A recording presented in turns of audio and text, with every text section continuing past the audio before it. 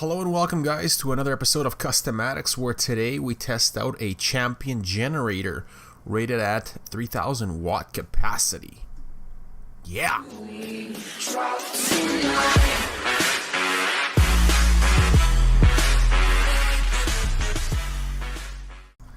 So guys, as you can tell, we have a brand new 4000 watt champion generator, camo edition of course. It's a fairly good generator for what I'll be using it for.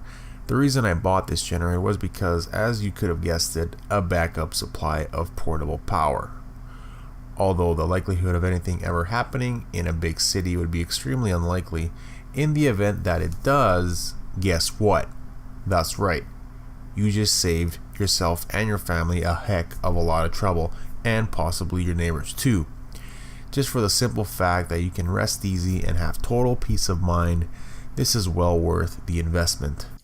So right over here we have the voltmeter. Below that is the on-off switch, the 25 amp fuse alongside the 20 amp fuse, your 120 volt 520R duplex receptacles. Right alongside that is the 120 volt 30 amp twist lock L530R, which also comes with a supplied TT30R RV adapter plug. So thoughtful they would include that, eh? So over here I'm demonstrating how to remove the airbox cap. There's two tabs, one on top and another on the bottom.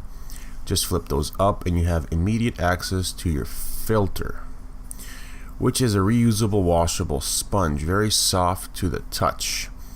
It's almost like memory foam, if you know what I'm talking about. And you can pop that back in the same way you took it out.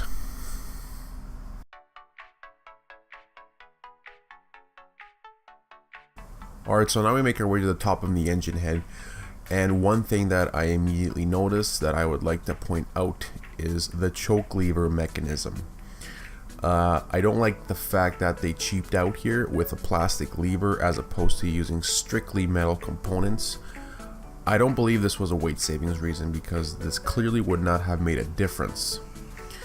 This could easily break off if not handled with care, or even in the extreme cold.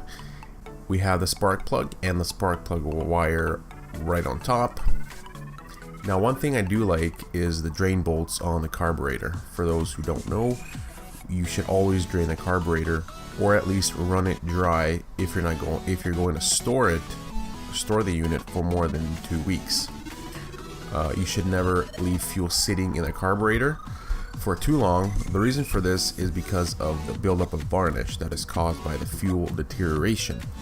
You can avoid this by using, and something that I like to use is a fuel stabilizer, such as Stable or Lucas Fuel Stabilizer. These are very good in maintaining your fuel life for not deteriorating. This model does not come with any wheels or wheel accessories or any handles for that matter, but they do in fact come with brackets for wheel attachments. It is a 3/8 bore, which, as you can tell here by my $3 caliper. Moving on to more important features. The engine lubricating system. Now, if you look over at the tag, it specifically says to use a 10W30 grade engine oil. This left me unsure of the correct course of action to take, because in the owner's manual it goes on to explain how to also use a 5W30 grade oil and also a 10W40, which is surprising to me. It also goes to note, and I quote, "Weather will affect engine oil and engine performance. Change the type of oil used on weather conditions to suit the engine's needs." End quote. Okay, so if you don't understand what this means, it basically is saying to use a 5W30 in colder weather and a 10W30 in hotter weather. And the 10W40 is to be used in temperatures above 20 degrees only. So only above 20 degrees Celsius. I'm talking in Celsius here, because we're in Canada. Alright, so before we begin adding the oil to the crankcase, I'd like to mention that they also provide a personalized funnel with the unit and a spark plug removal key. And with this said, we can now proceed with adding the oil. Manufacturer's recommended amount is 0.6 quarts.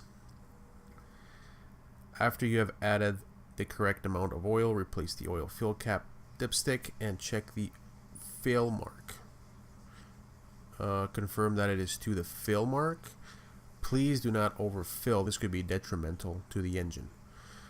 After you have completed the procedure, clean up any messes or spills, and you're done. Now let's head outside and experiment.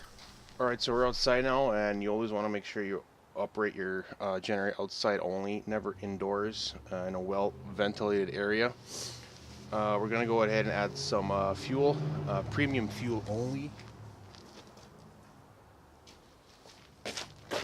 I only use premium fuel on my small engine machines. We're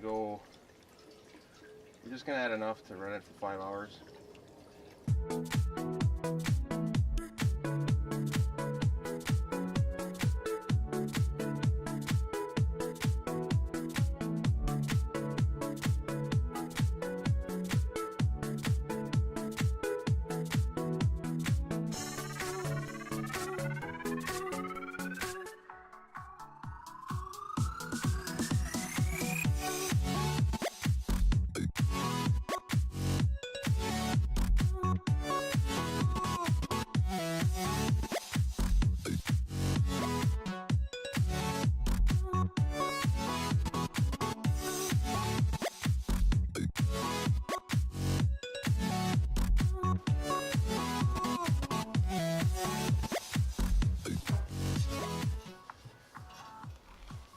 Alright, so that's about halfway up the level.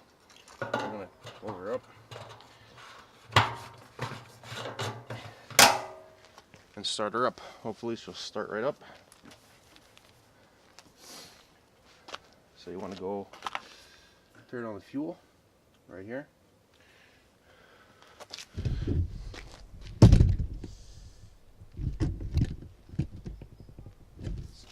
So turn the fuel line on to the on position, choke all the way on. Start it up.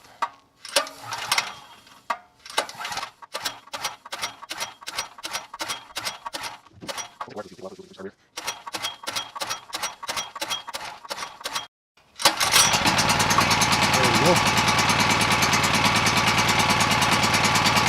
I'm assuming the choke will turn off automatically, but if it doesn't, I'll go ahead and do it manually. We'll just wait a while.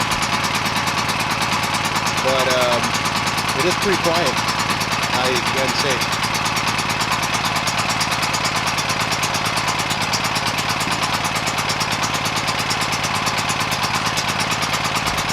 And on this side is the exhaust.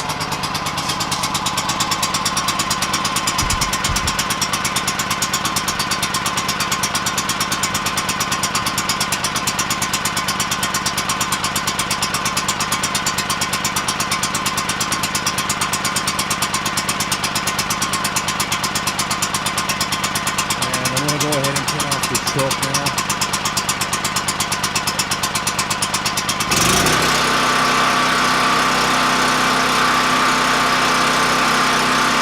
It's still fairly quiet, quieter than my shovel at least.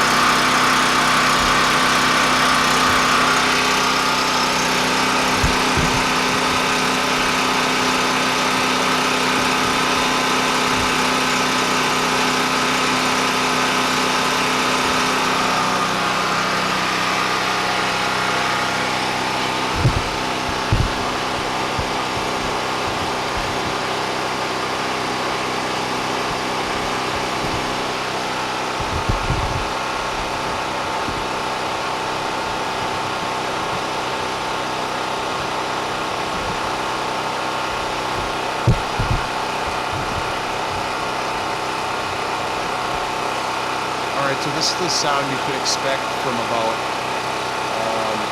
10 feet away. Right now I'm zoomed in all the way with my lens and we're about 10 feet away. So I'm just going to leave it, run it for about 5 hours. I'll go ahead and change the oil. I'm just going to run it for 5 hours with no load on it.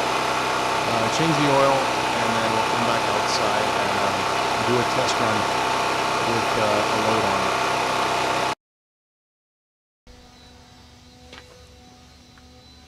Alright, so we're back 5 hours later with the generator warmed up and the oil warmed up. We're gonna check the level on the dipstick, see if we lost any oil, wipe it off.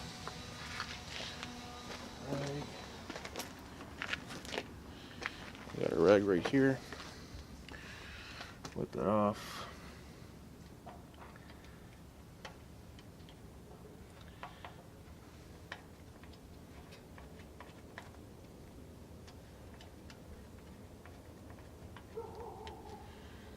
So the level looks good and the quality of the oil looks good as well.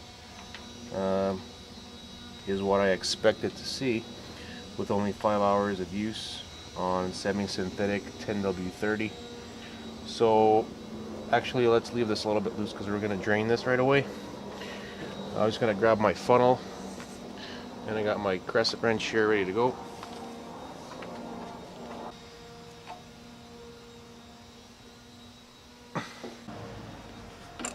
There we go. Should be good to go now.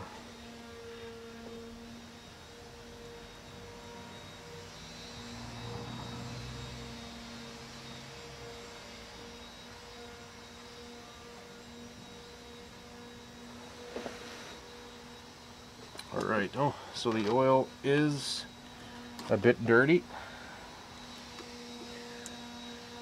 but that's nothing surprising. Alright, so I'm just going to refill it now up with another 600 mils of 10W30 and we should be good to go for a load test. So just to give you guys an idea of what the oil color looks like, is right there. Just gonna angle the camera down in here a little better so you guys can see. So we got, you know, a little bit of a water content. Looks kind of a greenish, brownish color. Alright, so here we are with our load test, and what better way to test this out than with two heaters. Both these heaters are 1500 watt at the max setting. You can also operate them at 1300 right here at the lowest setting, but we're going to max this out today at 1500 watts to put a true 3000 watt max rated watt capacity on this generator to see if this actually puts out 3000 watts. So yeah, let's get to it. I want to set this on the ground and get her running and plug them in. Flip that. Choke. Fuel on.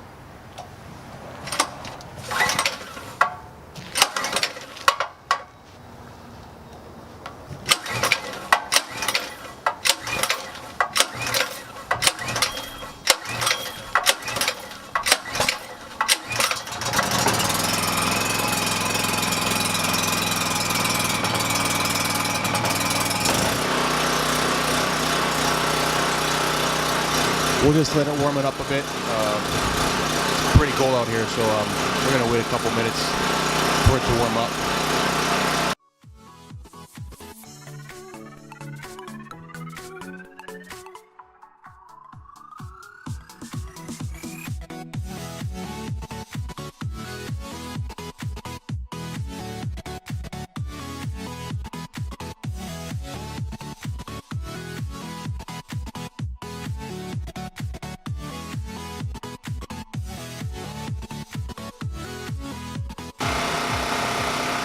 Alright, so heater number one, we'll put them at max heat and on 1300 watts. Heater number two, 1300 watts at max heat.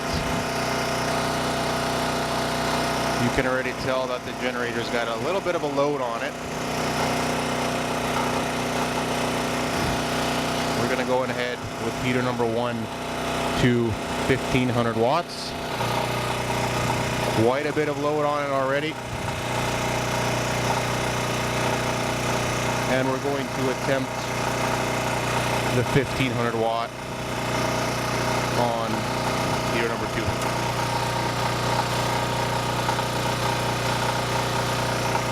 And success.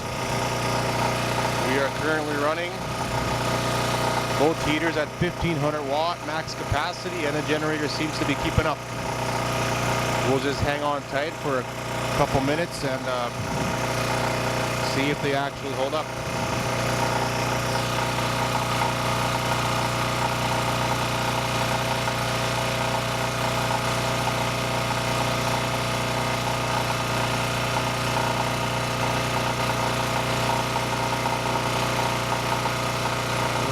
Tell that there is an actual light on there. I'm not fooling you by any means.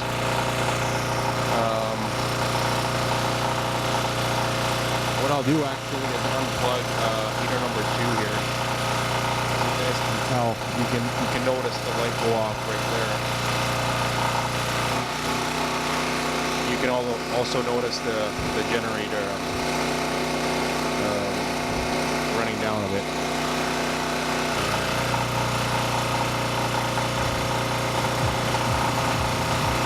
So yeah, that's your load test, guys. I don't want to put any extra load on it.